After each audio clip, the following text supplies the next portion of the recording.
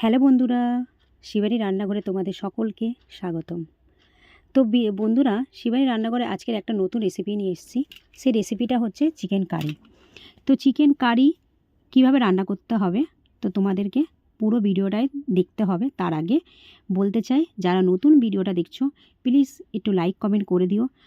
আর যারা আমাকে সাবস্ক্রাইব করোনি, আমার চ্যানেলটাকে সাবস্ক্রাইব করোনি, প্লিজ চ্যানেলটাকে সাবস্ক্রাইব করে পাশে থাকবেন। আর প্রথমে দেখো, চিকেনটাকে আমি ভালো করে ধুয়ে নিয়ে রেখে দিয়েছি। এবারে আলুগুলো মানে একটা গোটা আলুকে দুটুকরো করে সেটাকে ভাজতে আরম্ভ করে দিচ্ছি নুন হলুদ দিয়ে।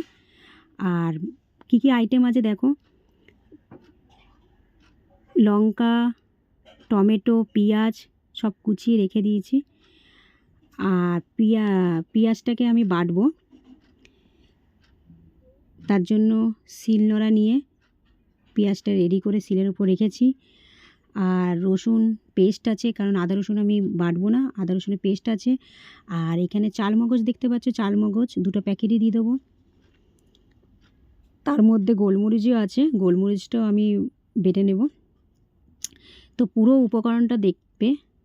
আর একবার বলছি, যদি ভিডিওটা ভালো লাগে তোমরা একটু ফলো করে পাশে থাকবেন, সাবস্ক্রাইব করে পাশে থাকবেন, আর একটু লাইক কমেন্ট করতে ভুলবেন না। আর ভিডিওটি শেয়ার করে দেবেন প্লিজ। আর দেখুন, আমি আলুটা আমি ভালো করে ভেজে নিয়েছি। আর এখানে পেঁয়াজ, যেগুলো আমি দেখিয়েছিলাম, পেঁয়াজ কাটা, আদা রসুনের পেস্ট তো আছেই, এর মধ্যে যেগুলো আমি আপনাকে দেখাচ্ছি চালমগজ বাটা, গোলমরিচ বাটা, পেঁয়াজ বাটা। আর তার মধ্যে দই যাবে মাংসের মধ্যে। আজ মাংসটাকে ম্যারিনেট করিনি, ম্যারিনেট করা দরকার নেই, এমনি রান্না করলেও হবে। সর্ষের তেল দিয়ে পুরো রান্নাটা হবে। তো পেঁয়াজটা আজকের বেশি ভাজা হয়ে গেছে, তাই একটু লাল লাল হয়ে আছে বেশি। ঠিক আছে, কোনো অসুবিধা নেই, আপনারা একটু হালকা করে ভাজলেও হবে। আর তেল দিয়ে তেলের ওপর দেখুন আমি তেজপাতা দিলাম। এবার পেঁয়াজগুলো যাবে আস্তে আস্তে।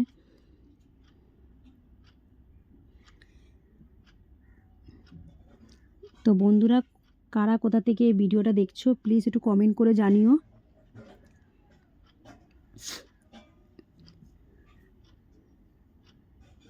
আর ভিডিওটা দেখে বাড়িতে এইভাবে একটু রান্না করে দেখো, ভালো লাগবে। পেঁয়াজটাকে একটু ভাজা ভাজা হোক, তার মধ্যে ওগুলো সব মশলা চলে যাবে। আর দেখো, আমি আগের দিন এটাকে ধুয়ে রেখে দিয়েছিলাম, বরফ কাটেনি, পুরো বরফ হয়ে আছে মাংসটা।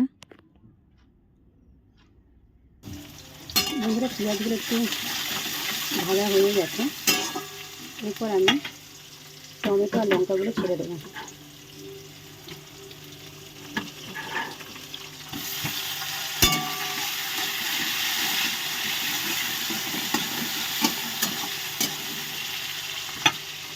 এরপর পেঁয়াজ বাটা, চালমগজ বাটা আর গোলমরিচ বাটা এগুলো সব ঢেলে দেবো। বন্ধুরা দেখো, আমি মশলাগুলো রেডি করেছি, যেটা এরকমভাবে দিয়েছি, যেটা হচ্ছে এর মধ্যে টক দই আছে, চিনি আছে, নুন আছে, হলুদ গুঁড়ো আছে, জিরের গুঁড়ো আছে, লঙ্কার গুঁড়ো আছে, একসাথে মিক্সড করে দিলাম।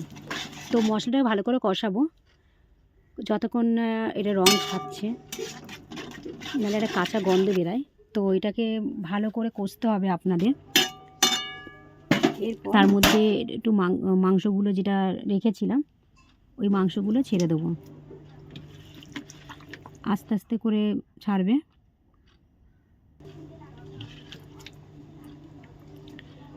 আর মাংসগুলো ছেড়ে এটাকে ভালো করে মাখাতে হবে, মিক্সড করতে হবে।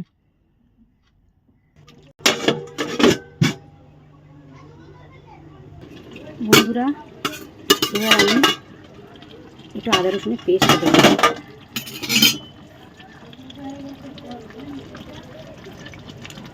আদা রসুনের পেস্টটা পুরো দিয়ে দিলাম।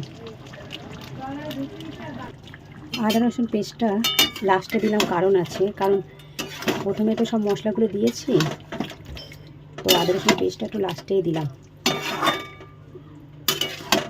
সবাই অনেকে আগে দিয়ে দেয় আদা রসুন পেস্ট, তেলের মধ্যে দেয়, আমি লাস্টেই দিলাম। তো ম্যারিনেটটা হোক ততক্ষণ, আর গ্যাসটা পুরো সিমে আসলেই হবে। আস্তে করে দিয়েছি গ্যাসটা, ওভেনটা, ঠিক আছে।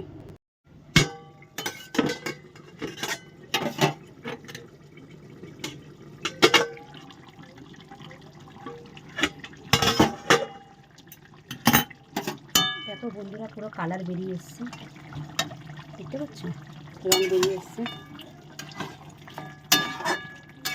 এটা কষতে কষতে সেদ্ধ হয়ে যাবে, চিকেন রেডি হয়ে যাবে। এখন যে আলু করেছিলাম, মানে ভেজেছিলাম, আলুগুলো দিয়ে দিলাম। আলুগুলো একটু বেশি ভাজা হয়ে গেছে, কম ভাজলে ভালো ছিল। ঠিক আছে, কোনো অসুবিধা নেই, তোমরা একটু হালকা ভেজো।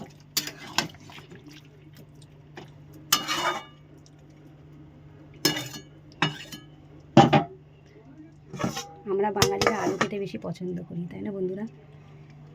তাই আলুটা বেশি দিই আমরা, সব জিনিসেই আলু দিই। তো এটা ততক্ষণ হোক, সিদ্ধ হোক।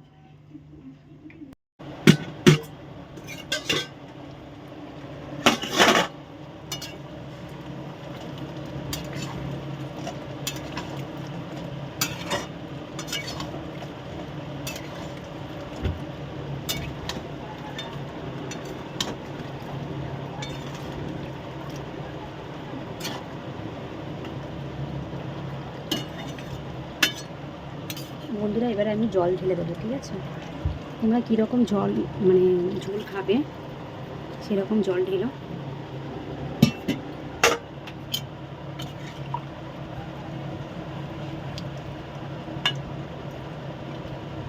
আলুগুলো তো সেদ্ধই আছে, সেই জলটা দিয়েছি একটু ঝোল রাখার জন্য।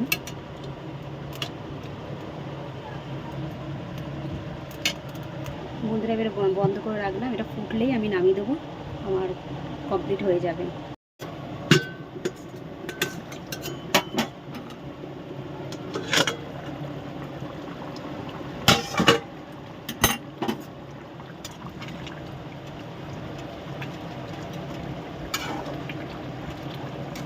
বন্ধুরা, আমার চিকেন রান্না কমপ্লিট হয়ে গেছে, দেখতেই পাচ্ছ। সে একটু চিকেন মশলা দিয়ে দিয়েছি, তো এবার চিকেন মশলাটা দিয়ে একটু চিকেনটাকে, মানে মাংসটাকে একটু নিয়ে নিলাম। দেখো কি সুন্দর লাগছে।